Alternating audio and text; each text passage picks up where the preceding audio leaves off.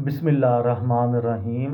लाखों दरूद पाक हज़रत मोहम्मद सल्लल्लाहु अलैहि वालैहि वसल्लम और आप सल्लल्लाहु अलैहि वालैहि वसल्लम की आल पर। अस्सलामु अलैकुम। मेरा नाम इफ्तिखार अहमद है और आप मेरा यूट्यूब चैनल नॉलेज देख रहे हैं। मेरी आज की वीडियो का उन्वान है बदज़न। एक दरवेश जो जवानों की मानंद तंदुरुस्त और तवाना था और उसकी पेशानी से हिकमत और दानाई का नूर नज़र आता था, इस हालत में एक बादशाह के पास पहुंचा कि उसके लिबास में जगह जगह पैबंद लगे हुए थे। बादशाह दाना और मर्द शनास था।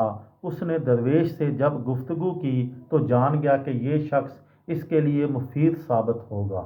बादशाह ने इस दरवेश को अपने रुफ़क़ा में शामिल कर लिया। ये दरवेश ने गुस्ल किया और नया लिबास ज़ेब तन किया और अपनी ज़िम्मेदारियों में मशगूल हो गया।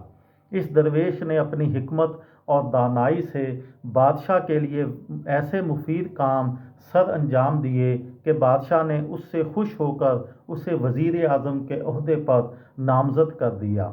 बादशाह के दरबार में मौजूद पहले से दीगर वज़ीर इससे हसद करने लगे और वो इस कोशिश में रहने लगे कि किसी तरह इसकी कोई गलती मालूम हो और वो बादशाह को इस गलती से आगाह करके उसके ओहदे से माजूल करवाएं।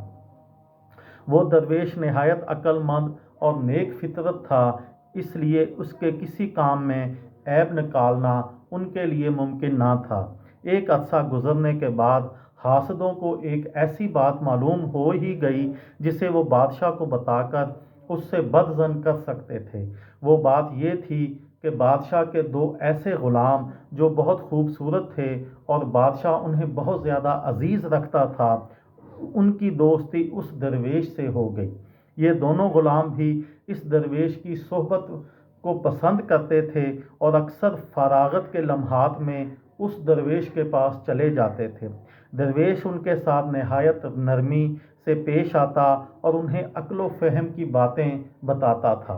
इन हासदों ने इन दोनों ग़ुलामों की इस दरवेश के साथ दोस्ती को गलत रंग दिया और बादशाह के सामने एक मन घड़त कहानी उनके मुतल्लक सुनाई।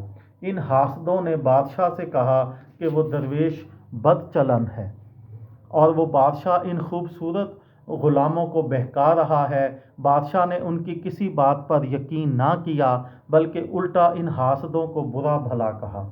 कुछ दिन गुजरने के बाद इन हासदों को अपनी बात सच करने का एक मौका मिल गया और हुआ ये कि वो दरवेश किसी वजह से एक ग़ुलाम की जानिब देखा तो ग़ुलाम उसे देखकर मुस्कराया।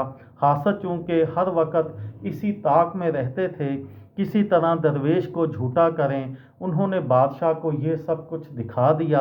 बादशाह इन हासदों के जाल में फंस गया और उसने इस दरवेश को सज़ा देने का फ़ैसला किया, लेकिन वो गुस्सा की हालत में भी उसे ये बात ना भूली कि जब तक हकीकत का पूरी तरह इल्म ना हो जाए किसी को सज़ा नहीं देनी चाहिए।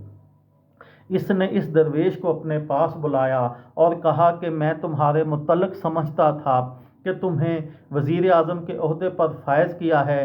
तुम नेक और काबिल भरोसा हो। मुझे अफसोस है कि तुम्हारे मुतल्लक मेरे तमाम अंदाज़े गलत साबित हुए और तुम आवारा और बदचलन निकले।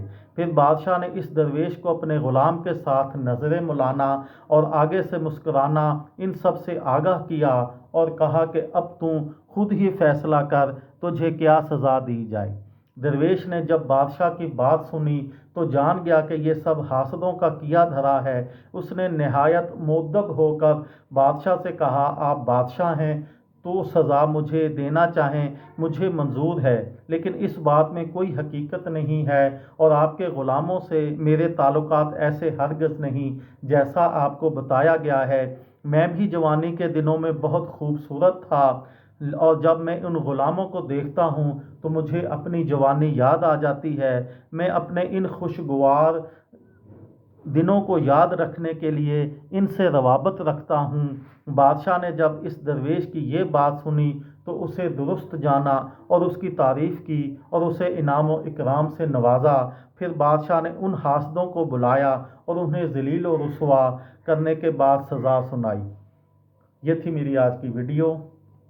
کسی دوست کو، کسی بھائی کو، کسی بہن کو فائدہ ہو تو مجھے دعاؤں میں یاد رکھیے گا۔ دل دل پاکستان، جان جان پاکستان۔ السلام علیکم۔